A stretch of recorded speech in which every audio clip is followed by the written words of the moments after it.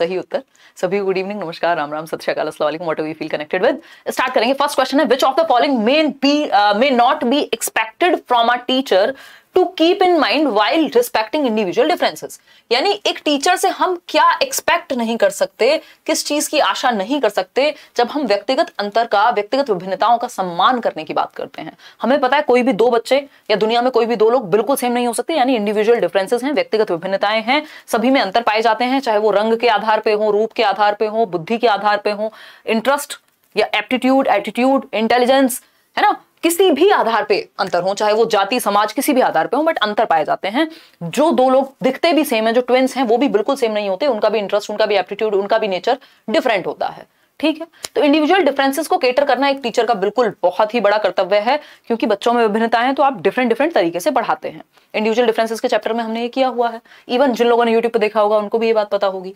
ठीक, तो मे not be लिखा हुआ, may not be expected from a teacher to keep in mind while respecting individual differences, यानी निम्नलिखित में से क्या एक शिक्षक से व्यक्तिगत अंतर का सम्मान करते हुए ध्यान में रखने की अपेक्षा नहीं की जाती। जिन भी क्वेश्चंस में नॉट लिखा हो, लीस्ट लिखा हो, एक्सेप्ट लिखा हो, ये तीनों ही वर्ड जहां लिखे हो वहां आपको ध्यान से उत्तर देना है, अदरवाइज आप फंस जाएंगे। क्वेश्चन आसान होगा नो डाउट, बट नॉट पे आपका ध्यान नहीं जाएगा, लीस्ट पे आपका ध्यान नहीं जाएगा, एक्सेप्ट पे आपका ध्यान नहीं जाएगा और गड़बड़ हो जाएगी, है ना।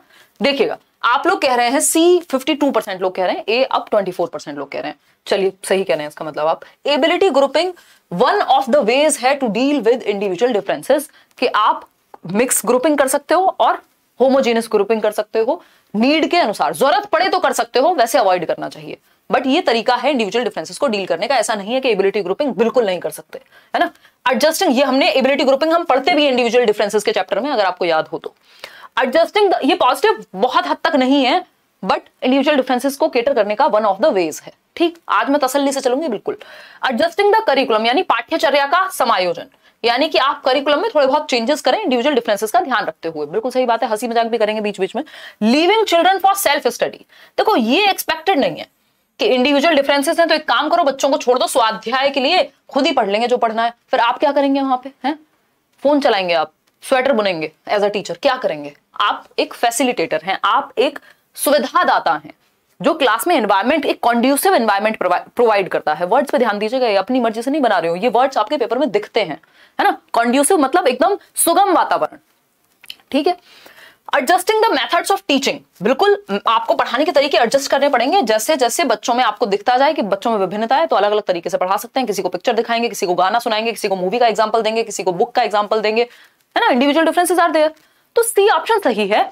ये हमें नहीं करना कि आपने क्या किया, इंडिविजुअल डिफरेंसेस है क्योंकि, तो आपने छोड़ दिया बच्चों को कि खुद ही पढ़ लो जो पढ़ना है, हमसे ना हो पाएगा, ये नहीं करना। तो C option is the right answer. ये लीस्ट एक्सपेक्टेड है, या ये नहीं करना है एज अ टीचर जब हम बात इंडिविजुअल डिफरेंसेस की कर रहे हैं। क्वेश्चन नंबर 2 देखिएगा, आज बहुत कुछ सीखने को मिलेगा अगर आप सीखने की दृष्टि से बैठेंगे तो। मूड में हूं मैं पूरे आज। देखिए क्वेश्चन नंबर 2 देखिए, व्हेन बोथ क्रोनोलॉजिकल, यानी क्रोनोलॉजिकल एज होती है जो आपका डेट ऑफ बर्थ, डीओबी वाली, याद रखना डीओबी वाली, जब से आप जमीन पे, धरती पे आए हैं तब से कितने साल आपको हो गए बोझ बने हुए। कालानुक्रमिक यानी वास्तविक आयु, जब से आप पैदा हुए हैं। नेटवर्क प्रॉब्लम हो रही है यार, ऐसे मत बोलो, तुम पहले रियाज कर लो। अगर हम बात करें क्रोनोलॉजिकल एज की, तो कालानुक्रमिक और मानसिक यानी मेंटल एज। एक बच्ची है पूनम, आप में से भी किसी का नाम तो पूनम जरूर होगा, जो कि 9 साल की है, बट आप 9 साल के नहीं होंगे फॉर श्योर। तो 9 साल की बच्ची है और इसकी मेंटल एज, मानसिक आयु, यानी दिमाग भी 9 साल का है और बच्ची भी 9 साल की है, मतलब दोनों बराबर चलते हैं। बराबर चलते हैं तो आईक्यू का फॉर्मूला आपको पता है। आईक्यू का फॉर्मूला होता है MA/CA × 100। आईक्यू का कॉन्सेप्ट किसने दिया था? विलियम स्टर्न ने दिया था। फॉर्मूला किसने दिया? लुई टर्मन ने दिया। मेंटल एज किसने दी 1908 में? तो एल्फ्रेड बिने ने दी। CA किसी ने नहीं दी, ये पहले से एग्जिस्ट करती थी। ठीक है, तो ये सारी बातें आपको ध्यान में होनी चाहिए दिमाग में। आईक्यू पे एक क्वेश्चन मिनिमम आता है, रीट उठा लीजिए कोई भी पेपर। ठीक है, अब आपको पता है आईक्यू की बात हो रही है यहाँ पे, इंटेलिजेंस की किस कैटेगरी में आएंगे, तो आईक्यू के स्कोर से पता चल जाएगा किस कैटेगरी में आएगा बच्चा। कालानुक्रमिक एज, मानसिक आयु हम ऊपर रखते हैं, मावा से याद रखते हैं, मानसिक बटा वास्तविक आयु। मानसिक आयु जितने साल की वो है, यानी 9 साल की, उतनी ही उसकी मानसिक आयु है। बचा कितना? सिर्फ 100 ही बच गया, तो ये 9 से 9 तो कट ही जाएगा। तो जब जिसका आईक्यू 100 है और आपको पता है 90 से 110 स्कोर वाले लोग एवरेज यानी औसत उसमें आते हैं किसमें, बुद्धि लब्धि में, आईक्यू टेस्ट में एवरेज कहलाते हैं जिनका आईक्यू 90 से 110 है और मोर देन 60% पॉपुलेशन यानी दुनिया की आधी से ज्यादा आबादी औसत आईक्यू ही रखती है। ठीक है, इतनी बात हम याद रख सकते हैं, कोई दर्द नहीं है इस बात को समझने में। ठीक, क्लियर बात है, क्या दिक्कत है, क्या हुआ?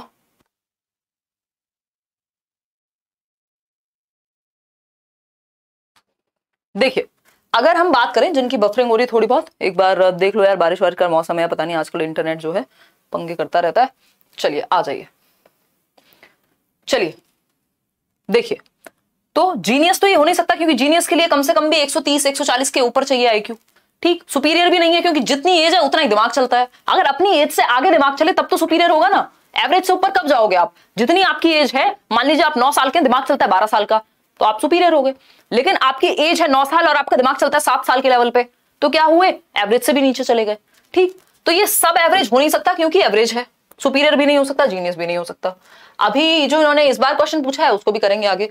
विच of the following, question number 3 है, which of the following is the characteristic of autism, यानी ऑटिज्म के लक्षण पहचानने हैं, स्वालीनता की विशेषताएं क्या हैं, लक्षण कौन से हैं। ऑटिज्म क्या है? एक डेवलपमेंटल डिसऑर्डर है, यानी आपको 18 साल से कम उम्र में ही पता लग जाएगा बच्चे को ऑटिज्म है, एक प्रॉब्लम है अपने आप में। आरपीडब्ल्यूडी एक्ट में इसको कवर किया गया है, बेसिकली एएसडी के अंदर आता है। ऑटिज्म स्पेक्ट्रम डिसऑर्डर एक अम्ब्रेला टर्म है जिसके अंदर बहुत सारे डिसऑर्डर्स आ जाते हैं, चाहे वो एडीडी हो और भी बहुत सारे, बताइएगा। तो अगर हम बात करें ऑटिज्म की, तो इसके कैरेक्टरिस्टिक, पुअर सोशलाइजेशन यानी गरीब सामाजिकरण नहीं, ये हमारे टाइपिस्ट जी का कमाल है ना, गरीब सामाजिकरण नहीं, कमजोर या सामाजिकरण, या कुछ और कोई भी शब्द हम यूज कर सकते हैं, यानी सामाजिकरण प्रॉपर नहीं हो पाना। ठीक है, स्टीरियोटिपिक बिहेवियर यानी रूढ़िवादी व्यवहार, बार बार सेम चीज रिपीट करेगा, डोर बंद करना, बार बार सेम चीज रिपीट करना, कुछ बजा रहे हैं तो बजा ही जा रहे हैं। ठीक है, सोशलाइजेशन मतलब लोगों से कम्युनिकेट करना, बात करने में ही कंफर्टेबल नहीं होते। पुअर कम्युनिकेशन, बिल्कुल तीनों ही बातें एकदम एप्ट हैं, उचित हैं, किसके बारे में? ऑटिज्म वाले बच्चे के बारे में। तो all of the above is the right answer, उपरोक्त सभी सही उत्तर है। अभी हम आगे विशेषताओं पे भी बात करेंगे कि ऑटिज्म वाले बच्चों को और क्या क्या समस्याएं हो सकती हैं। ये स्टीरियोटिपिकल बिहेवियर याद रखिएगा, मतलब रेपिटेटिव बिहेवियर। आपको ऑप्शन में स्टीरियोटिपिकल की जगह पे रेपिटेटिव बिहेवियर भी दे सकता है ना, मतलब बार बार पुनरावृत्ति एक बिहेवियर की। ठीक है, क्वेश्चन नंबर देखिए कितना, 4, the process of an individuals capacities quantitatively should be termed as, यानी इंडिविजुअल की कैपेसिटी क्वांटिटेटिवली कैसे देखी जानी चाहिए, यानी कि किसी व्यक्ति की क्षमता की प्रक्रिया को मात्रात्मक रूप से क्या कहा जाएगा? मात्रात्मक, क्वांटिटी, जिसको हम माप सकें। आपकी हाइट, आपका वेट, आपकी विड्थ, ये क्या है? सब इनको मापा जा सकता है मेजरिंग यूनिट्स में, सेंटीमीटर में, किलोग्राम में, इंचेस में। ठीक, दैट मींस बात किसकी हो रही है? ग्रोथ की हो रही है। ठीक है, क्वांटिटी की बात हो रही है। अगर यही क्वालिटी लिखा होता, गुणवत्ता लिखा होता, तो बात किसकी हो जाती? विकास की हो जाती। विकास क्या है? डेवलपमेंट क्या है? बोथ क्वालिटेटिव एंड क्वांटिटेटिव होगा, क्योंकि ग्रोथ डेवलपमेंट का ही हिस्सा होती है। लेकिन अगर सिर्फ एक ऑप्शन चूज करना हो तो आप क्वालिटेटिव चूज करेंगे when it comes to development. ठीक है, क्लियर है बात? तो वृद्धि इज द राइट आंसर। ठीक, इक्विलिब्रियम जैसा यहाँ पे कुछ है नहीं, मैचुरेशन हेरिडिटी से जुड़ा होता है, उसकी भी बात नहीं हो रही है। तो आंसर क्या है? ग्रोथ, क्योंकि क्वांटिटी की बात कर दी, क्वालिटी लिखा होता तो डेवलपमेंट हो जाता। क्वेश्चन नंबर 5 देखिए टॉपिक्स वही हैं उनके पास, इन्हीं से घुमा फिरा के आपको क्वेश्चन उन्हें देने हैं। समझ पा रहे हो ना? भावनाएं समझ रहे हो? विनोद समझ पा रहे हो कि नहीं? बताइए। Where is pole? पोल वाले भैया सो जाते हैं, बातों में खो जाते हैं, उनको सीडीपी में इतना इंटरेस्ट आता है जिसकी हद नहीं है। देखो एक बार, मजाक कर रही हूँ, आओ। क्वेश्चन नंबर 5 है, for the proper development of a child. देख रहे हो विनोद क्या कह रहे हैं बच्चे? हैं? कभी पोल लगा दिया करो। For the proper development of a child at adolescent stage, यानी किशोरावस्था के पड़ाव पे या किशोरावस्था की अवस्था में, जो कि 12 से 18 वर्ष यानी टीन एज वाला टाइम है लगभग। ठीक है, WHO के अनुसार 10 से 19 वर्ष है। ठीक, तो एडोलेसेंट स्टेज में parents and teachers can do the following. Parents और टीचर्स क्या कर सकते हैं इस उम्र में जब बच्चा जो है वो स्ट्रेस एंड स्टॉर्म के पीरियड से गुजर रहा हो? कोई कह रहा है, देख रहे हो विनोद मैडम मजे ले रही हैं, सारा अधिकार आप ही को है। देखो इंटरेस्ट बनाना है यहाँ पे, है ना, हंसी मजाक में पढ़ाई भी करनी है। ठीक है, तो अगर हम बात करें 12 से 18 वर्ष की, तो ये वो टाइम है जिसको हम बहुत कुछ कहते हैं, ये स्ट्रेस एंड स्टॉर्म का पीरियड है। यानी कि हम ये कह सकते हैं कि तनाव एवं तूफान का काल है, जहां बहुत सारे psychological changes, physical changes, hormonal changes बच्चे में हो रहे होते हैं या एक किशोर में हो रहे होते हैं। ना वो अपने आप को बच्चा समझता है और वो अपने आप को बड़ा समझता है, जो कि वो है नहीं। मतलब ना तो वो अडल्ट है ना वो चाइल्ड है, अब वो एक एडोलेसेंस है, एडोलेसेंट है। तो अगर बात करें प्रॉपर डेवलपमेंट एक एडोलेसेंट के लिए, तो क्या करना चाहिए पेरेंट्स को और टीचर्स को? रेंडरिंग प्रॉपर जेंडर एजुकेशन, यानी उचित लिंग शिक्षा प्रदान करनी चाहिए कि जो जेंडर है वो किस तरह से वर्क करते हैं, सेंसिटिव रहें एक दूसरे के जेंडर के प्रति, लड़के और लड़की दोनों। कमेंट पे रोको मत, आज फ्लो में चलना है, नहीं तो हम कमेंट पढ़ते रह जाएंगे, ठीक है। प्रोवाइडिंग सुटेबल एनवायरमेंट, यानी उपयुक्त वातावरण प्रदान करना बिल्कुल जरूरी है उसकी एज के अनुसार, है ना। इवन आपको एक एज अ फ्रेंड उससे डिस्कस करना पड़ेगा, डिस्कशन करना पड़ेगा, चाहे आप पेरेंट हो चाहे आप टीचर हो। Arranging guidance and counselling services if required, अगर जरूरत पड़े तो आप गाइडेंस एंड काउंसलिंग का भी मार्ग अपना सकते हैं। समझ पा रहे हैं इस बात को? कोई दर्द नहीं हो रहा होगा इस बात को समझने में, मेरे ख्याल में तो, है ना। बहुत बढ़िया अभिषेक। देखिए अगर हम बात करें तो ये चारों ही बातें सही हैं, यानी उपयुक्त सभी सही उत्तर हैं, ऑल ऑफ द अबव, कि आप बच्चे को सही गाइडेंस भी देंगे, उसको जेंडर का ज्ञान भी होना चाहिए, क्योंकि ये वो एज है जब ऑपोजिट जेंडर के प्रति अट्रैक्शन जो है वो होगा और रिप्रोडक्टिव ऑर्गन्स आपके एक्टिव होंगे, प्यूबर्टी हिट करेगी। इसके अलावा अगर हम बात करें तो कॉन्ड्यूसिव एनवायरनमेंट देना जरूरी है। अगर हम बात करें एडोलेसेंस के बारे में तो दो चार बातें एडोलेसेंस के बारे में करना जरूरी है। आ जाइए फटाफट से समझते हैं। अगर हम बात करें एडोलेसेंस की, थोड़ा सा समय लेंगे, शुरुआत के 30 क्वेश्चन में समय ज्यादा लेंगे, बाद में फिर आपके जो टॉपिक्स हैं आपके दिमाग में जब तक बैठ चुके होंगे आधे, मुझे ऐसा लगता है, बाकी जरूरत पड़ी तो वहां भी करेंगे डिस्कशन। एडोलेसेंस यानी किशोरावस्था। एक तो इसको क्या कहते हैं, ब्रिज पीरियड कहते हैं, ध्यान से ये ध्यान रखिएगा, ब्रिज पीरियड यानी ये ब्रिज है, किसके बीच का ब्रिज है? चाइल्डहुड और इधर है चाइल्डहुड 12 साल तक की उम्र तक, ठीक है, यानी बचपन, और इधर है अडल्टहुड, यानी अब आप इसके बाद वयस्क हो जाएंगे, और बीच में क्या है? बीच में है आपका ब्रिज, और ये ब्रिज कौन है? ये है एडोलेसेंस। क्या है? किशोरावस्था को ब्रिज कह रहे हैं यहां पे। और भी एक बात कहते हैं ट्रांजिशनल पीरियड, यानी परिवर्तन का काल है, ट्रांजिशन हो जाएगा, ट्रांजिशनल पीरियड। हिंदी वाले भी ऐसे ही ध्यान रख लीजिएगा प्लीज, ट्रांजिशनल पीरियड यानी परिवर्तन का काल, ठीक है। एडोलेसेंस जो है वो ब्रिज पीरियड है, ट्रांजिशनल पीरियड है ना। इसके अलावा क्या हो सकता है भाई, जल्दी से फटाफट याद करके बताओ जो याद आ रहा हो, है ना। इसको हम स्ट्रेस एंड स्टॉर्म का काल भी कहते हैं। क्या कहते हैं? Stress and storm. किसने कहा है? ये स्टैनली हॉल ने, पूछा जा चुका है पहले।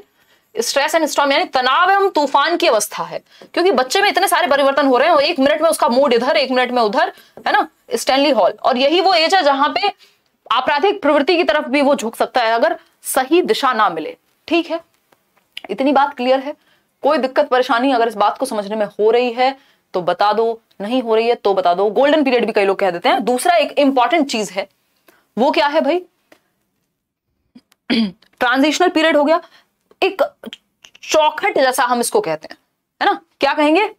चौखट कहेंगे, मेरे को एग्जैक्ट इंग्लिश का टर्म याद नहीं आ रहा, उसको हम कहते हैं, क्या कहते हैं यार वो दहलीज को क्या कहते हैं? बता दो, कोई कमेंट करके बताओ फटाफट से। हाँ, हीरो वर्शिप तो होगा ही होगा, वो एग्जैक्ट आइडेंटिटी क्राइसिस भी होगा, नो डाउट, है ना। आइडेंटिटी डे ड्रीमिंग भी होगा, थ्रेशोल्ड, राइट, थ्रेशोल्ड, है ना, जिसको हम, वो गाना है ना कोई तो, दहलीज पे तेरी रखे हैं यूं ही कदम, जो भी है व्हाटएवर, तो ये थ्रेशोल्ड है, दहलीज है, किस चीज की? अडल्टहुड की तरफ जा रही है। बीच में खड़े हुए हैं आप, इस चौखट पे खड़े हुए हैं जो कि एडोलेसेंस है, और इससे निकल करके बाहर जाएंगे अडल्टहुड की तरफ। इससे पीछे क्या है? इससे पीछे है चाइल्डहुड, ठीक है। हीरो वर्शिप यानी अगर अपने दोस्तों का, पीयर ग्रुप का बहुत ज्यादा प्रभाव है, याद रखिएगा, पीयर ग्रुप का बहुत ज्यादा प्रभाव है। पीयर ग्रुप यानी साथी समूह, जो आपकी एज के लोग हैं या फिर जिन लोगों के साथ आप रहते हैं। क्लियर है जी? हाँ, ये सब बातें याद रख लेंगे आप, कोई समस्या नहीं होगी। आइडेंटिटी क्राइसिस कौन कहते हैं? एरिक एरिक्सन कहते हैं। अगर हम यहाँ पे एडोलेसेंस की बातें करने लग गए तो 1 घंटा लग जाएगा। बहुत सारी चीजें एडोलेसेंस के बारे में मैंने डेवलपमेंट के चैप्टर में अलग से सीरीज, स्प्रिंग सीजन भी कह देते हैं, अलग से सीरीज बनाई हुई है प्रॉपर। आपने अगर रीट वाली ना देखी हो यहीं यूट्यूब पे, वो भी आप देख सकते हैं, प्रॉपर समझाया हुआ है। चलिए खैर आगे बढ़ते हैं। और ये वही स्टेज है जहां पे कई सारे डिसऑर्डर्स भी होते हैं, जैसे बुलिमिया नर्वोसा हो गया, एनोरेक्सिया नर्वोसा हो गया, आगे क्वेश्चन भी आएगा उस पर, ठीक है। गाना याद बात कुछ नहीं आ रहा है, जो आ रहा है वो सुन लो चुपचाप। देखो क्वेश्चन नंबर 6 देखो, which of the following is not related to action research. एक क्वेश्चन आपका एक्शन रिसर्च पे भी रीट में आता ही है। अब देखो क्वेश्चन तो फंसेंगे पेपर में, ऐसा मेरा पूरा विश्वास है, ठीक है। और आप तो जानते हो मेरा नेचर ऐसा होता ही है मोस्ट ऑफ द टाइम, ठीक। ये मोस्ट ऑफ द टाइम मैं थोड़ा सा ऐसे हम्बल दिखने के लिए कह रही हूँ, वैसे ऑलवेज ही होता है ऐसा कि क्वेश्चन फंसते हैं। देखो एक बार, अगर हम बात करें which of the following is not related to action research, यानी एक्शन रिसर्च से संबंधित कौन सा एक नहीं है? बताइएगा एक बार। क्रियात्मक अनुसंधान कहते हैं हिंदी में। पहला ऑप्शन है action research helps in theory building. Kurt Lewin भी बात करते हैं इसकी, मतलब थियरी बिल्ड करने में एक्शन रिसर्च हेल्प करती है? जी नहीं, ये थियरी बिल्डिंग के लिए नहीं होती, इंस्टेंट प्रॉब्लम सॉल्विंग के लिए होती है। प्रैक्टिकल प्रॉब्लम को सॉल्व कर देती है। स्कूल में मान लीजिए किसी क्लास में कुछ बच्चे नहीं आ रहे, किसी का मन नहीं लग रहा, किसी क्लास में कोई शोर मचा रहा है या कोई और समस्या है, फटाफट से आप एक्शन रिसर्च करेंगे, पता लगाएंगे क्या समस्या है, सॉल्व कर देंगे। ठीक। Focus on problem that are immediate concern, जो तुरंत डील की जा सकती है उन प्रॉब्लम्स पे, और प्रैक्टिकल सॉल्यूशन ढूंढते हैं। Offers formation feedback such that aims and methodology are open to variation, यानी ऐसा फीडबैक जिसमें चेंजेस लाए जा सके, जिसके द्वारा परिवर्तन लाके चीजें ठीक की जा सके। तीनों बातें सही है एक्शन रिसर्च के बारे में, बट ए सही नहीं है। थियरी बिल्डिंग के लिए रिसर्च का प्रयोग करते हैं, एक्शन रिसर्च का नहीं। कौन सी रिसर्च? ट्रेडिशनल रिसर्च, जो थीसिस वगैरह यूज होती है। ठीक है। एक्शन रिसर्च पे मैंने एक वीडियो अलग से बनाया हुआ है। कर्ट लेविन और आपके कई लोग हैं इसमें, स्टीफन कोरे, इन सब लोगों ने काम किया है एक्शन रिसर्च पे, कई मल्टीपल लोगों ने काम किया है। क्वेश्चन नंबर 7 देखिएगा। A teacher is going to apply the principle of Thorndike's theory in the classroom, what he she should not apply from the following. यानी कि एक टीचर है जो थॉर्नडाइक की थियरी को अप्लाई करने की बात करती हैं, है ना। थॉर्नडाइक की थियरी से एक सिद्धांत को अपनाने की बात करती हैं क्लासरूम में। थॉर्नडाइक को फादर ऑफ एजुकेशनल साइकोलॉजी कहा जाता है, यानी शैक्षिक मनोविज्ञान के जनक कहा जाता है। मतलब उन्होंने शिक्षा में बेइंतहा काम किया साइकोलॉजी को ला करके। ठीक है। इनका प्रिंसिपल देखते हैं। Children should be made ready और motivated properly for learning a task. Thorndike के 3 मुख्य नियम हैं और 5 कुछ आपके सेकेंडरी नियम है, गौड़ नियम है। ठीक है, बहुत बढ़िया अंजलि। ठीक, अब हम यहां पे देखें अगर, तो थॉर्नडाइक के 3 प्राइमरी लॉज हैं। प्राइमरी लॉज ऑफ लर्निंग कहा जाता है, मुख्य नियम, प्राथमिक नियम सीखने के, थॉर्नडाइक ने दिए हैं। इनको आप कैसे याद रखेंगे? सिंपल है, लॉ ऑफ रेडीनेस, यानी बच्चे का तैयार होना जरूरी है। तैयार होना मतलब सिर्फ कपड़े सुंदर पहन के नहीं, मन से तैयार होना सीखने से पहले। वो कहा जाता है ना, आप प्यासे को कुएं के पास ले जा सकते हो, पानी उसको खुद पीना पड़ेगा। तो अगर बच्चा क्लास में प्रेजेंट भी है और तैयार नहीं है, सीखने में इंटरेस्टेड नहीं है, तो दुनिया की कोई ताकत नहीं सिखा सकती। भैंस के आगे बीन वाली बात हो जाएगी। तो लॉ ऑफ रेडीनेस। फिर आता है लॉ ऑफ एक्सरसाइज, यानी प्रैक्टिस, एक्सरसाइज। इसमें 2 और लॉज हैं, है ना। या तो मुझे थोड़ी स्पीड कम करनी पड़ेगी या डिटेल कम करनी पड़ेगी। Exercise, law of use and disuse, यानी जिस चीज को हम यूज करते रहते हैं वो हमें याद रहती है, जिसको हम यूज नहीं करते उसको हम भूल जाते हैं। ठीक है। फिर बात होती है किस चीज की? लॉ ऑफ इफेक्ट की। जिस चीज का प्रभाव हमारे ऊपर पॉजिटिव होता है उस चीज को हम दोहराते हैं, और जिस चीज का प्रभाव हमारे ऊपर नेगेटिव होता है उसको हम दोबारा नहीं करते। ठीक है, इतनी बात क्लियर है। अब ये 3 मुख्य नियम है, इनसे काम चल जाएगा आपका। अगर हम बात करें तो चिल्ड्रन को तैयार महसूस हो, मोटिवेटेड हो, तभी सीख पाएंगे। बिल्कुल सही बात है, लॉ ऑफ रेडीनेस है। Children should be oriented to a discovery approach towards, क्या हो गया, गाना ही गा दो ना एक देखिएगा, पानी पी लो। Children should be oriented to a discovery approach towards learning new things, यानी बच्चों को डिस्कवरी अप्रोच की तरफ ले जाना चाहिए, नई चीजें सिखाने के लिए। ये डिस्कवरी अप्रोच वगैरह जो हैं, ये पियाजे या कंस्ट्रक्टिविस्ट लोगों पे अच्छी लगती हैं। और थॉर्नडाइक कौन थे? एक बिहेवियरिस्ट यानी व्यवहारवादी व्यक्ति थे। ये किसकी बात करते थे? पनिशमेंट की। ये किसकी बात करते थे? कंडीशनिंग की। इनके यहाँ डिस्कवरी की बात नहीं होती, इनके यहाँ मीनिंग मेकिंग की बात नहीं होती, इनके यहाँ कॉन्टेक्स्ट की बात नहीं होती, इनके यहाँ कंस्ट्रक्शन ऑफ नॉलेज की बात नहीं होती। किनके यहाँ? बिहेवियरिस्ट, व्यवहारवादी लोग, जो स्टिमुलस और रिस्पॉन्स का यूज करके कंडीशनिंग की बात करते हैं, है ना। क्या है स्टिमुलस रिस्पॉन्स? खुशबू आ रही है, आप निकल के जा रहे हैं कहीं से गोलगप्पे की, वो स्टिमुलस है। और रिस्पॉन्स क्या है? मुंह से आपके लार आ रही है। ये बिहेवियरिस्टिक पॉइंट ऑफ व्यू है। चलिए खैर, सफिशिएंट प्रैक्टिस और ड्रिल, हाँ बिल्कुल, लॉ ऑफ प्रैक्टिस इनका है। Teacher should try to make use of rewards as properly as possible. अब रिवॉर्ड मिलेगा, मजा आ जाएगा, बच्चे को अच्छा पॉजिटिव इफेक्ट होगा, दोबारा करना चाहेगा उस चीज को, तो लॉ ऑफ इफेक्ट हो गया। ठीक है जी। लेकिन ये डिस्कवरी वाला ठीक नहीं है थॉर्नडाइक के विषय में। और नॉट ही हमसे पूछा था, if I am not wrong, तो what does it should not apply? Yes, not. तो B option is the right answer. क्यों डी दे रहे हो? कौन सी बातें, क्या खाने पीने लग गए हो आजकल? डी कैसे हो सकता है? नॉट लिखा है क्वेश्चन में, शुरुआत में बताया था। सबसे पहली बात मैंने यही की थी आज आके कि भैया नॉट, लीस्ट और एक्सेप्ट पे ध्यान रखना है, और आपने मिट्टी में मिला दी सारी इज्जत। देखिए, B option is the right answer. आगे बढ़ेंगे, क्वेश्चन नंबर 8 है ना। पेपर है 2 दिन बाद और कई लोगों की नींद नहीं खुल रही अभी तक। देखिए एक बार क्वेश्चन नंबर 8 देखिएगा। क्वेश्चन नंबर देखेंगे हम 8। बहुत डर लग रहा है, डर तो आज खत्म कर देंगे, 50 क्वेश्चन में डर निकाल देंगे, है ना। हमारे पास जादू है, कोई मिल गया वाला, धूप दिखते ही एकदम एक्टिव हो जाता है। इतने गंदे पीजे में मार रही हूँ, पता नहीं आप लोग मुझे कैसे झेल लेते हो, मैं ही खुद को नहीं झेल पा रही हूँ इतने खराब जोक्स क्रैक करके। क्वेश्चन नंबर 8 देखिए, dash is the inability to distinguish between one's own perspective, यानी खुद का पर्सपेक्टिव, खुद का view point, and others perspective in early childhood. Early childhood का मतलब होता है 2 से 6 वर्ष का समय, प्री स्कूल एज या प्ले एज भी हम इसको कहते हैं। बताइए बी ऑप्शन कई लोग कह रहे हैं। चलिए देखेंगे, सभी अवधारणाओं को क्लियर कर देती हैं आप, आपके वजह से मेरा सीटेट क्लियर हो गया है। बहुत बड़े अंजू पांडे, गजब कर दिए हैं आप। समझिए एक बार, अगर हम बात करें सेंट्रिज्म होना, दूसरे के पर्सपेक्टिव को देख ही ना पाना, तो यहां पे तो बात हो रही है कि अपने और दूसरे के पर्सपेक्टिव में डिफरेंशिएट कर पाना, कि सामने वाला इस तरह से देखता है, आप इस तरह से देख रहे हैं, तो आप समझ पा रहे हैं बात को, है ना। ईगोसेंट्रिज्म यानी कि क्या होगा, ये बचपन में अपने स्वयं के दृष्टिकोण और दूसरे के दृष्टिकोण के बीच अंतर करने में असमर्थता यानी इनेबिलिटी क्या कहलाएगी, ईगोसेंट्रिज्म कहलाएगा। ठीक है, आप सेल्फ सेंटर्ड हैं, आप दूसरे के पॉइंट ऑफ व्यू को नहीं देख पा रहे, अहम केंद्रित बोलते हैं इसको। ठीक है जी, और इसमें एक कारण जो है कंजर्वेशन और सेंट्रिज्म ये सब होते हैं, उसको लीव कर देते हैं, यहाँ पे इंपॉर्टेंट है ईगोसेंट्रिज्म, वो अलग कहानी है। एनिमिज्म होता है निर्जीव चीज को सजीव समझना, कि अगर टेबल से चोट लग जाए तो टेबल के 2 थप्पड़ अगर लग जाए तो उसको लगेगा हाँ मजा आ गया, टेबल को भी दर्द हुआ होगा। ठीक है, वो होता है जीववाद। नन ऑफ दी अबव हो नहीं सकता, तो B option is the right answer. आगे बढ़ेंगे क्वेश्चन नंबर 9 पे, देखिएगा जरा, बहुत ही प्यारा सा क्वेश्चन, इतना सुंदर सस्ता टिकाऊ क्वेश्चन जैसा आपने सोचा नहीं होगा। When someone fails repeatedly to overcome weaknesses, यानी यदि कोई बार बार अपनी कमजोरी को ओवरकम करने में फेल होता है, and achieve some mastery or simply place excessive emphasis on some particular inferiority, यानी किसी inferiority पे, किसी हीनता पे वो जोर डालता है कि यार मैं तो ऐसा हूं इसलिए मेरे साथ तो ऐसा ही होता है और मैं तो कर ही नहीं पाऊंगा, क्योंकि क्या हो गया है, क्योंकि उसको हो रहा है इंफीरियर फील, वो अपनी वीकनेस को ओवरकम नहीं कर पा रहा। मान लीजिए उसको लगता है कि भाई वो पब्लिक में नहीं बोल सकता, तो उस चीज को लेके वो इंफीरियर यानी खराब महसूस करता है।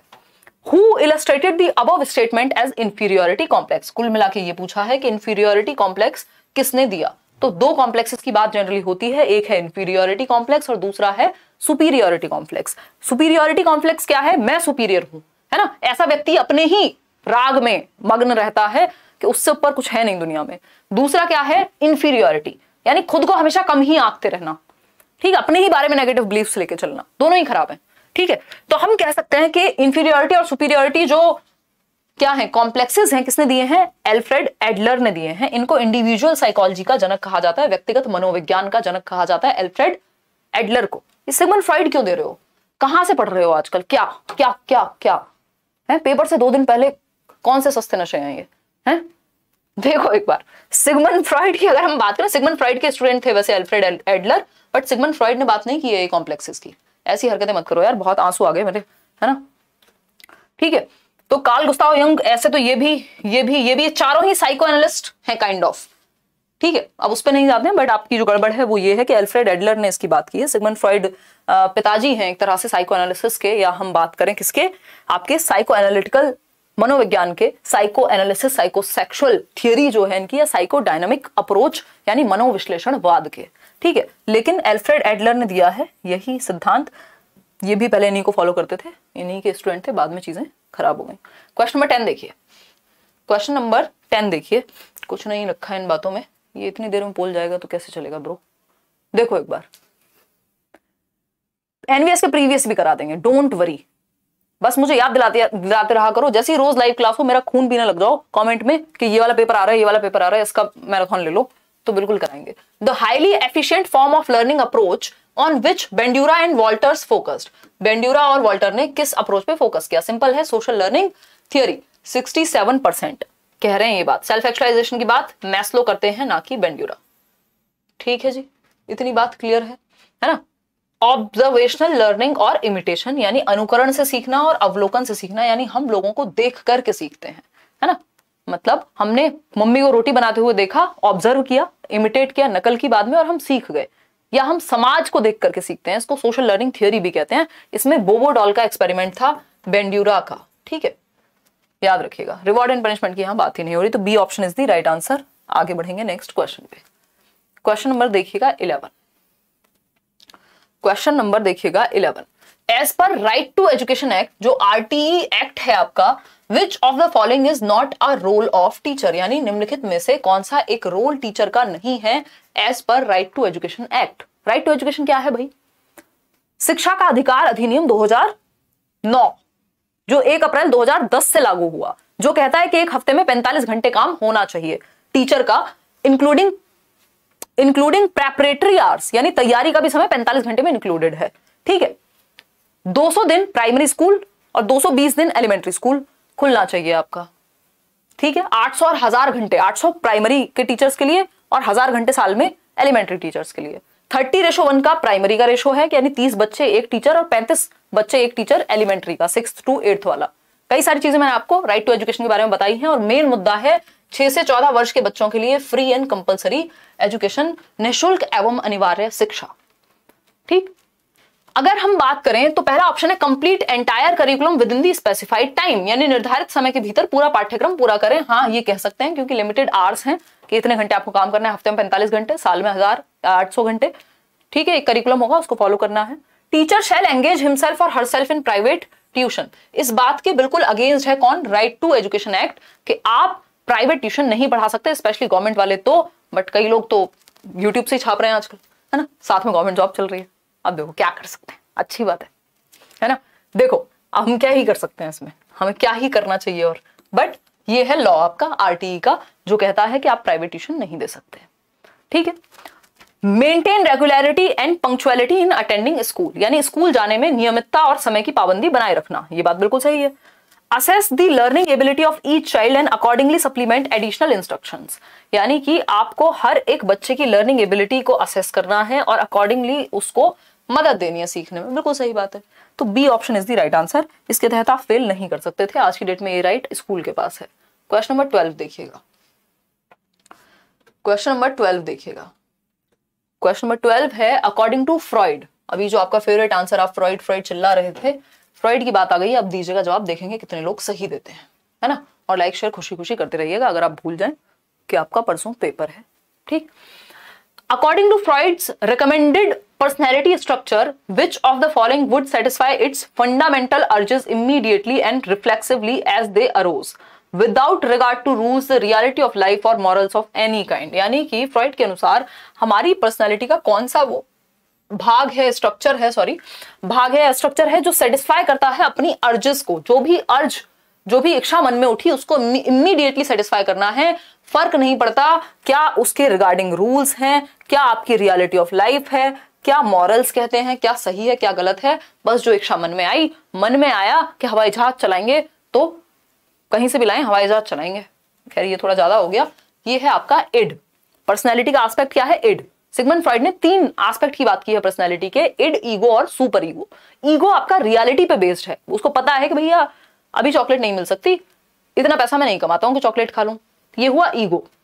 इड क्या है? अरे नहीं मिल सकती हम छीन के खा लेंगे, ये इड है कि बस इच्छाओं पे काबू नहीं है, एकदम जानवर प्रवृत्ति है एक तरह से कि आप खुद को कंट्रोल नहीं कर पा रहे, अपने अर्जेस को, अपने इंपल्स को कंट्रोल नहीं कर पा रहे, है ना। हर तीसरे दिन फोन मिला ही देते हैं, है ना। चलिए, तो ये इड एस्पेक्ट है हमारी पर्सनैलिटी का। सुपर ईगो है कि यार जो गलत है वो गलत है, जो सही है वो सही है, मॉरल्स पे काम करेंगे, है ना। तो आंसर होगा इड। आगे बढ़ेंगे नेक्स्ट क्वेश्चन पे, और डिटेल में नहीं जाएंगे क्योंकि समय हमारे पास ज्यादा नहीं है, हम क्वेश्चंस कर रहे हैं। क्वेश्चन नंबर 13 देखिएगा एक बार, बहुत ही प्यारा सा क्वेश्चन देखिएगा। In which of the following technique the child earns objects, यानी किस टेक्निक में बच्चा क्या है, ऑब्जेक्ट्स मिलते हैं उसको, वस्तुएं प्राप्त होती हैं, बाद में उन वस्तुओं को एक्सचेंज करके वो डिजायरेबल आइटम्स पा सकता है या सर्विसेज और प्रिविलेजेस पा सकता है। मतलब क्या हुआ, उसको कुछ स्टार्स मिल सकते हैं या कुछ और इस तरह के क्या मिल सकते हैं, वर्ड नहीं बोलूंगी नहीं तो आपको आंसर मिल जाएगा। ठीक है, हाँ, इड बिल्कुल अंकिता, पिटवा भी सकता है, धुलवा भी सकता है, जेल में भी पाए जा सकते हैं आप इड के चक्कर में, क्योंकि अगर इच्छाएं कंट्रोल में नहीं है तो फिर गड़बड़ हो जाएगी, रियलिटी से वो मैच नहीं कर पाएंगी, है ना। देखिएगा, अगर हम बात करते हैं तो ये टोकन इकोनॉमी है, शेपिंग है, या फिर एक्सटिंक्शन है, या कोवर्ट सेंसिटाइजेशन है। शेपिंग में तो आप बिहेवियर जैसा चाहते हैं वैसा शेप करते हैं, एक्सटिंक्शन है कि आपकी कंडीशनिंग जो है वो विलुप्त हो जाए।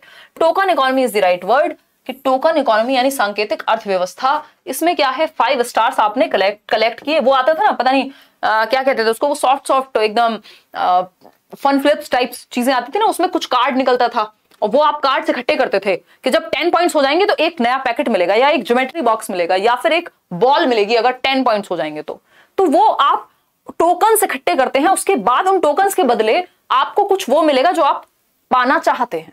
ठीक है, तो A option is the right answer. ठीक है, जैसे नौकरी कई लोग इसलिए पाना चाहते हैं, किसी से शादी वादी हो जाएगी तो वो टोकन हो गई नौकरी फिर।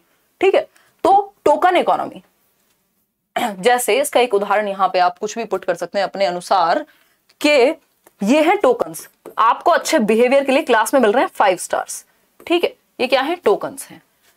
तो आपको जब आपके पास टोटल 10 स्टार्स हो जाएंगे तो आपको एक ट्रॉफी मिलेगी। तो हो सकता है आप उस ट्रॉफी के लिए काम कर रहे हैं, ये जो टोकन्स हैं वो आप इसलिए कलेक्ट कर रहे हैं ताकि वो ट्रॉफी मिले आपको। समझ पा रहे हैं बात को या नहीं, भावनाएं समझ पा रहे हो विनोद? चलिए आज मैं आपको इरिटेट करके रख दूंगी, जब भी कोई नया मीम आता है मैं उसके पूरे मजे ले लेती हूँ। क्वेश्चन नंबर 14 देखिए, क्वेश्चन नंबर 14 देखिए, अच्छा क्वेश्चन है ये भी। एक क्वेश्चन जरूर रीट में आता है, किसका, कॉन्फ्लिक्ट का। Approach, avoidance, approach approach, avoidance avoidance, ये 4 प्रकार के कॉन्फ्लिक्ट हैं। करेक्ट 11 भी इनकी बात करते हैं, है ना। कोई कह रहा है ये तो मेरा गेम हम नहीं खेले, बहुत बढ़िया। चलिए पानी पीजिए, खुश रहिए। देखिए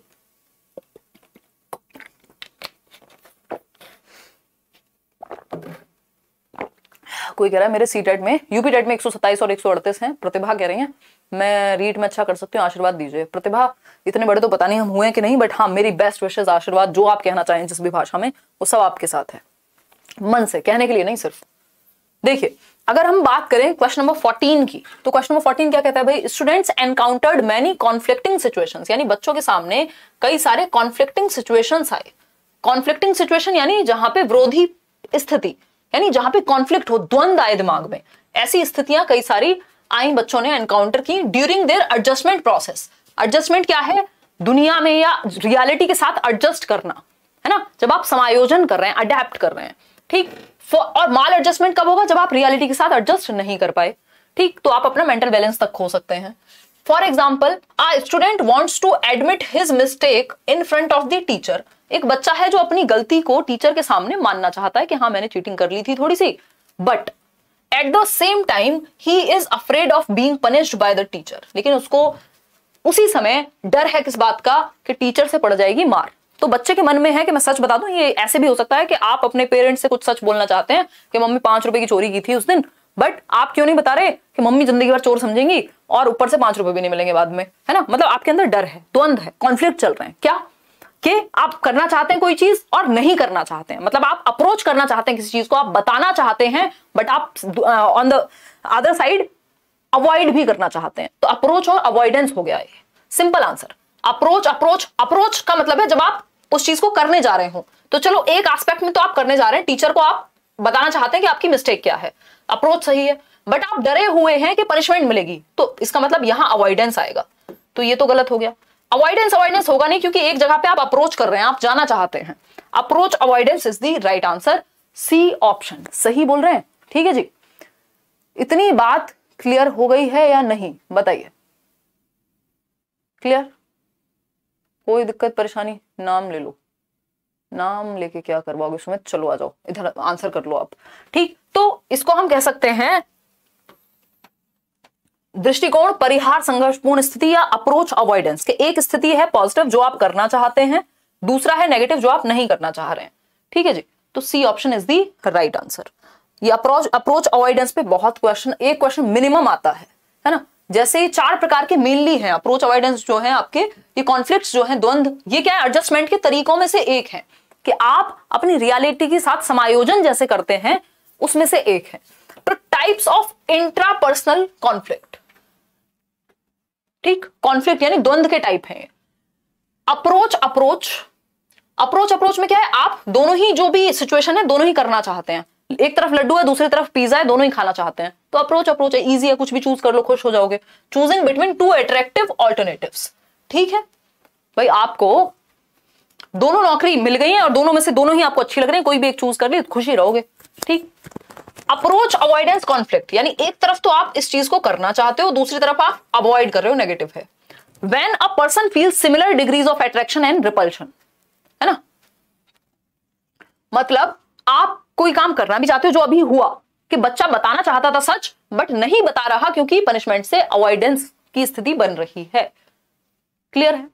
थर्ड केस क्या हो सकता है यहां पे, अवॉइडेंस कॉन्फ्लिक्ट, यानी दोनों ही ऑप्शंस जो आपके सामने हैं आप दोनों को अवॉइड करना चाह रहे हैं कि आपको तो ना ए नौकरी करनी है ना बी नौकरी करनी है, आपको तो कुछ और करना था जीवन में, सिंगर बनना था। तो ये अवॉइडेंस हो गया। When competing alternatives possess negative consequences, दोनों के ही नेगेटिव कॉन्सिक्वेंसेस हैं, तो उस केस में दोनों को अवॉइड करना चाहेंगे आप। फोर्थ होता है मल्टीपल अप्रोच अवॉइडेंस, यानी कई सारे ऑप्शंस हैं और उनमें भी कई सारे पॉजिटिव हैं और नेगेटिव हैं, कुछ को आप अप्रोच करना चाहते हो, कुछ को आप अवॉइड करना चाहते हो, तो इसको मल्टीपल अप्रोच अवॉइडेंस कहते हैं। लास्ट वाला जो है यहां पे लिखा नहीं हुआ, मल्टीपल अप्रोच अवॉइडेंस, यानी आप करना भी चाहते हो और हर एक ऑप्शन के अपने फायदे और नुकसान हैं, ये किया तो ये होगा, ये किया तो ये होगा, ये किया तो ये होगा, राइट। चलिए आगे बढ़ेंगे, 9 बजे क्लास लीजिए। अच्छा लेट हो जा रहे हैं क्या? चलिए नेक्स्ट क्वेश्चन पे चलेंगे। क्वेश्चन नंबर है 15, थोड़ा स्पीड बढ़ा देंगे अगर स्लो लग रहा है तो। क्वेश्चन नंबर 15 देखिएगा, ये कहता है आ 5 year old चाइल्ड, एक 5 साल की बच्ची है, has a general lack of responsiveness, ठीक से रिस्पॉन्स नहीं कर पाती टाइम पे, प्रतिक्रिया समय पे नहीं दे पाती, सीरियस डेफिशिएंसी इन कम्युनिकेशन, यानी कम्युनिकेट नहीं कर पाती, अपनी बात को ठीक से कह नहीं पाती, रेपिटेटिव बिहेवियर, याद रखिएगा इसी रेपिटेटिव बिहेवियर को बदल के लिख सकता है स्टीरियोटिपिकल बिहेवियर। याद आया कुछ? ऑटिज्म याद आया है ना, मुझे तुम याद आते हो, this is infantile autism, right. शिशु आत्मकेंद्रित या स्वालीनता कहेंगे इसको, ऑटिज्म को स्वालीनता, यानी बचपन में ही आपको पता लग गया कि बच्चे को क्या है, ऑटिज्म है, इन्फेंटाइल इसीलिए कह रहे हैं इसको, ठीक है। क्लियर है? ये कोई बैकवर्डनेस नहीं है, लर्निंग डिसेबिलिटी नहीं है, क्योंकि सारे लक्षण जो हैं कि बच्चा रिस्पॉन्स नहीं दे रहा, कम्युनिकेट नहीं कर रहा, रेपिटेटिव बिहेवियर कर रहा है, कुछ लक्षण हैं आपके ऑटिज्म के। अब इसमें भी कई सारे लेवल्स हैं बट मुख्य लक्षण यही होते हैं, ज्यादा लेवल 3 है तो फिर ये तो होंगे ही। जैसे बच्चा जो है इनेबल है अपनी बात को ठीक से कहने में, कम्युनिकेट करने में। दूसरा क्या है, क्राउड में, भीड़ में, ज्यादा शोर में, ज्यादा लाइट में वो अनकंफर्टेबल महसूस करता है। उसकी सराउंडिंग में थोड़ा बहुत भी आपने चेंज कर दिया, उसकी टेबल या उसकी चेयर, उसका पिलो या फिर उसका टेडी बियर आपने इधर से उधर रख दिया, जरा सा स्लाइट चेंज सराउंडिंग में और वो परेशान हो जाएगा। लोअर आईक्यू, 55% केस ऐसे होते हैं, ऐसा नहीं है सारे ऑटिस्टिक बच्चों का आईक्यू कम है, बट जितने भी लोगों को ऑटिज्म होता है उसमें से 55% लोगों को आईडी यानी इंटेलेक्चुअल डिसेबिलिटी का खतरा रहता है, यानी उनका आईक्यू 70 से कम होता है। तो जिनका आईक्यू 70 से कम है उनको आईडी का खतरा है। आईडी है, आईडी मतलब इंटेलेक्चुअल डिसेबिलिटी, बौद्धिक अक्षमता, जिसको एमआर कह देते हैं दूसरे शब्दों में। कई सारे रेपिटेटिव बिहेवियर होंगे, जैसे कि बार बार डोर को बंद करना, किसी चीज को बजाना, मान लीजिए पेन बजा रहे हैं तो बजाए जा रहे हैं। फिजिकल सिम्टम्स हो सकते हैं जैसे स्लीपलेसनेस और एपिलेप्सी, ये सीरियस केस में होंगे। फिर देखो ऑटिज्म पे एक क्वेश्चन आता ही है, इसलिए मैं इतनी बातें आपके सामने डिस्कस कर रही हूं। देखिएगा एक बार, ये है आपका क्वेश्चन नंबर 16। क्वेश्चन नंबर 16 क्या कहता है, a behaviour pattern involving self starvation. Self starvation मतलब खुद को ही भूखे मारना, that often arises in adolescence, किशोरावस्था में आता है 12 से 18 में, and specially prevalent among girls, girls में होता है। इससे ज्यादा सीधा क्वेश्चन कोई दुनिया में पूछ नहीं सकता। गर्ल्स में होता है सेल्फ स्टारवेशन, यानी उनको डाइटिंग करनी है, उनको लग रहा है पता नहीं हमारी जो बॉडी है जो वो कुछ इधर उधर जा रही है, कुछ तो गड़बड़ है ना, तो उनको वो समस्या होने लगती है कि उनको लगता है भाई बॉडी स्ट्रक्चर अच्छा नहीं है ना। And specially prevalent among girls, लड़कियों में है, एडोलेसेंट लड़कियों में है, समझ गए ना। एनोरेक्सिया नर्वोसा, एनोरेक्सिया नर्वोसा के क्या करेंगे यहाँ पे, फास्टिंग कर करके, मतलब कि सेल्फ स्टारवेशन, भूख, खाना खा ही नहीं रहे क्योंकि लग रहा है पता नहीं मोटे हो रहे हैं, और मोटे हो नहीं रहे हैं जबकि, ठीक है। और स्पेशली लड़कियों में है 12 से 18 वर्ष की, तो ये डिसऑर्डर है, एक तरह का ईटिंग डिसऑर्डर है, एनोरेक्सिया नर्वोसा। इसका जस्ट ऑपोजिट होता है, उसको कहते हैं बुलिमिया नर्वोसा, यहां लिखा नहीं हुआ, बुलिमिया नर्वोसा। तो बुलिमिया नर्वोसा में क्या है, बहुत ज्यादा ओवर ईटिंग करेंगे और फिर बाद में उल्टियां कर देंगे, वॉमिट कर देंगे, ठीक है। डेलीरियम ट्रेमेंस है आपका, एक तरह से अल्कोहल विथड्रॉल है कि 3-4 दिन तक अल्कोहल ना मिले तो मामला हो जाता है खराब, हाथ कांपने लगते हैं, और भी 2-3 तरह के इस तरह के सिम्टम होते हैं इसमें, DTS बोलते हैं if I am not wrong तो इसको। तो ये हुई एक बात। ऑटिज्म मैंने सुने हैं लोगों से किससे इस तरह के होता है लोगों के साथ ऐसा। ऑटिज्म यानी अगेन वही stereotypical behaviour and all. Down syndrome, इसको ट्राइसोमी 21 कहते हैं, ध्यान से सुन लीजिएगा क्योंकि ये पूछ सकता है, ट्राइसोमी 21, यानी 21वें गुणसूत्र में कुछ एक्स्ट्रा जेनेटिक मटेरियल जो है वो जनरेट हो जाता है, जिसकी वजह से बच्चे का फेशियल शेप, उसका ब्रेन और उसका हार्ट ठीक से डेवलप नहीं हो पाता। तो A option is the right answer यहाँ पे, एनोरेक्सिया नर्वोसा। इसका जस्ट ऑपोजिट होता है बुलिमिया नर्वोसा। क्वेश्चंस मिलेंगे आपको यहीं से, अगर आप एक्सप्लेनेशन पे ध्यान दे रहे हैं तो पता नहीं कितनी चीजें तो एक्सप्लेनेशन से बन जाएंगी। क्वेश्चन नंबर 17 है, which of the following term refers to far sightedness, यानी कि दूर का तो क्लियर दिखता है, पास में धुंधला धुंधला हो जाती हैं चीजें जैसे ही फोकस आपका पास आता है ना। कौन सा गाना है वो, बस, राइट। सेल्फ कॉन्फिडेंस इंक्रीज हुआ आपकी वजह से, मेरा सीटेट 1 और 2 क्लियर है, बहुत बढ़िया। चंचल बस अब रीट निकालना है ना। एक बार में तो यहाँ पेपर नहीं हो पा रहे हैं, कभी कैंसिल हो रहे हैं, कभी कुछ हो रहे हैं, ठीक है। हिंदुस्तानी कह रहे हैं कि मैम जो आप हमारे लिए कर रहे हो हमारे लिए काफी सहायक है, धन्यवाद। नहीं, बिल्कुल आपको हेल्प मिलेगी और मुझे ये करने में बहुत अच्छा लगता है पहले से ही, है ना। जब से शायद ना इतने लोग जुड़े हुए थे और ना इतना प्यारा रिस्पॉन्स था, तब से ही। देखिएगा चैनल पे 4-4 घंटे की मैराथन्स पड़ी हुई हैं और आप लोगों ने देखी भी भरपूर है वो। देखिए फार साइटेडनेस, तो सी ऑप्शन कह रहे हैं 54% लोग, बिल्कुल सही है। हाइपरोपिया, ये कुछ इस तरह के भी टेढ़े टेढ़े क्वेश्चन कई बार आ जाते हैं जो जनरली पूछने जाते हैं, जो चाइल्ड डेवलपमेंट से संबंधित भी नहीं है, बट ये याद रखने पड़ेंगे हमें। हाइपरोपिया इसका है क्या बेसिकली, कि दूर का तो आपको क्लियर दिखता है, पास की चीजें ब्लर हो जाती हैं या क्लियर नहीं दिखती। क्वेश्चन नंबर 18 पे फोकस कीजिएगा। इंसाइटफुल लर्निंग थियोरी किसने दी है, यानी इंसाइटफुल यानी मेंटोस, दिमाग की बत्ती जलाओ, है ना, आहा मोमेंट, है ना, सडन सॉल्यूशन यानी अचानक से आपको आइडिया आएगा, ठीक, सडन सॉल्यूशन। आपने कोशिश की एक क्वेश्चन सॉल्व करने की, आपसे हुआ नहीं, खाना बना रहे थे किसी दिन, अचानक से सॉल्यूशन आ गया, यार इसको ऐसे भी तो कर सकते थे। क्या है ये, आहा मोमेंट है, ये जो आर्किमिडीज के साथ हुआ यूरेका मोमेंट है। यूरेका मतलब आई फाउंड इट, अचानक से आपको आ जाता है दिमाग में आइडिया, ठीक है। क्या है ये, इंसाइटफुल लर्निंग गेस्टाल्टवाद से जुड़ी हुई है ना। गेस्टाल्टवाद में, गेस्टाल्टवाद के जनक कौन है, ये सब याद रखिए, घुमा फिरा के पूछ सकता है, इसी के अराउंड क्वेश्चन बनेंगे। और कहां से लाएंगे क्वेश्चन, वर्टहाइमर, वर्दीमीर कह देते हैं, है ना, ये इसके फाउंडिंग फादर हैं। इसके अलावा वोल्फगैंग कोहलर, कर्ट लेविन भी इससे ही संबंधित हैं, बट 3 मुख्य लोग हैं, कोहलर, कोफका और वर्टहाइमर। काफका अलग है, कोफका अलग है, ठीक है। कोहलर, कोफका, वर्टहाइमर, ये 3 लोग हैं जो गेस्टाल्टवाद के जनक हैं, और कर्ट लेविन भी इन्हीं से संबंधित हैं। तो यहाँ पे कोहलर हैं जिन्होंने इंसाइटफुल लर्निंग दी है, और ये इंसाइटफुल लर्निंग में एक बहुत ही फेमस चिंपैंजी पे प्रयोग हुआ था जिनका नाम था सुल्तान। रे सुल्तान वाले नहीं है, नॉर्मल सुल्तान थे चिंपैंजी, एक जर्मनी के एक आइलैंड पे इन्होंने ये एक्सपेरिमेंट किया था, ठीक है जी। तो C option is the right answer.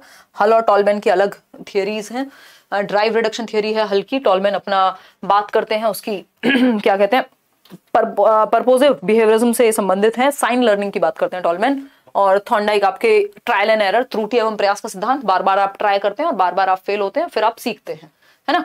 और गार्डनर आपको पता है मल्टीपल इंटेलिजेंस, तो ये नाम आपको पता होने चाहिए। 1 मिनट एक्स्ट्रा लग जाए चाहे क्वेश्चन करने में, बट कॉन्सेप्ट पूरा क्लियर करना है, जो भी ऑप्शंस में लिखा है सब पता होना चाहिए। क्वेश्चन नंबर 19, इससे पूरा सिलेबस का रिवीजन हो जाता है ना। क्वेश्चन नंबर 19 देखिएगा, which of the following body regulate the training policies and programs in the field of rehabilitation of persons with disabilities in India, यानी जो पर्सन्स विद डिसेबिलिटीज हैं, जिनको भी दिव्यांगता है, उनके लिए कौन सा एक इंस्टीट्यूट है, कौन सी एक बॉडी है जो पॉलिसीज बनाती है, ट्रेन करती है, क्या बताइए। 9:30 बजे प्रॉब्लम हो रही है, 9 बजे लीजिए क्लास, यार अभी 9:30 चलने दो, मेरी बैक टू बैक क्लासेस होती है, थोड़ी समस्या हो जाती है। अभी 9:30 मैनेज कर लो, चाहे आधी क्लास रात को देख लो, आधी सुबह देख लेना, अभी के लिए 9:30 रखते हैं, कर देंगे 9 बजे भी। देखिएगा सीटेट 2022 के लिए करेंगे तैयारी। देखिए फटाफट से बताइए, 19 का डी कह रहे हैं आप लोग, बिल्कुल सही है, RCI, rehabilitation council of India, भारतीय पुनर्वास परिषद। RCI क्या है बेसिकली, अगर आपने स्पेशल एजुकेशन में B.Ed किया है, RCI लाइसेंस होंगे आप, D.Ed किया है ना, या फिर अगर आप मेंटल हेल्थ में भी कुछ भी, कोई भी एक साइकोलॉजी में डिग्री ले रहे हैं या साइकियाट्री में डिग्री ले रहे हैं, तो लाइसेंस्ड होंगे। तो RCI जो है वो डिसेबिलिटीज से या फिर बाकी जितनी भी मेंटल हेल्थ इश्यूज हैं उन सबसे जुड़ी हुई चीजों पे काम करेगा। ये है NCERT, national council of educational research and training, जो बात करता है कि आपकी कैसे एजुकेशन में रिसर्च और ट्रेनिंग होनी चाहिए, जो आपकी बुक्स हैं उन सब पे काम होगा। ये न्यूपा है, national university of education planning and administration, इनकी फुल फॉर्म याद रखिएगा, वैसे तो रीट में नहीं पूछी जाती बट DSSC वगैरह में पूछ लेता है। ये NCTE है जो टीचर एजुकेशन को कंट्रोल करता है, national council of teacher education. Clear है बात, आगे बढ़ेंगे। डी ऑप्शन यहां सही था। क्वेश्चन नंबर है 20th, at a particular stage child begin to use primitive reasoning and want to know the answer of all sorts of questions. Piaget called this intuitive, यानी सहज कहा पियाजे ने प्रिमिटिव रीजनिंग को। Primitive मतलब जो पहले से हमारे अंदर वो चीज चल रही है, जो हमारी जनरेशन से हमारे अंदर है, हमारी जेनेटिक मेकअप में है, ठीक है। इसको पियाजे ने क्या कहा, सहज कहा, कि अचानक से बच्चे में बहुत सारे क्वेश्चंस जागने लगते हैं, वो अपने आप ही तर्क देने लगता है, चाहे वो सही हो या गलत हो, बट तर्क उसके अंदर आने लगता है। इंट्यूटिव थिंकिंग जो है, रीजनिंग उसके अंदर आने लगती है। तो ये स्टेज है इंट्यूशन की, प्री ऑपरेशनल 2 से 7 वर्ष, ठीक है। अच्छा, हम कल परसों क्वेश्चन कर रहे थे, कल परसों नहीं तो 2-3-4 दिन हो गए होंगे।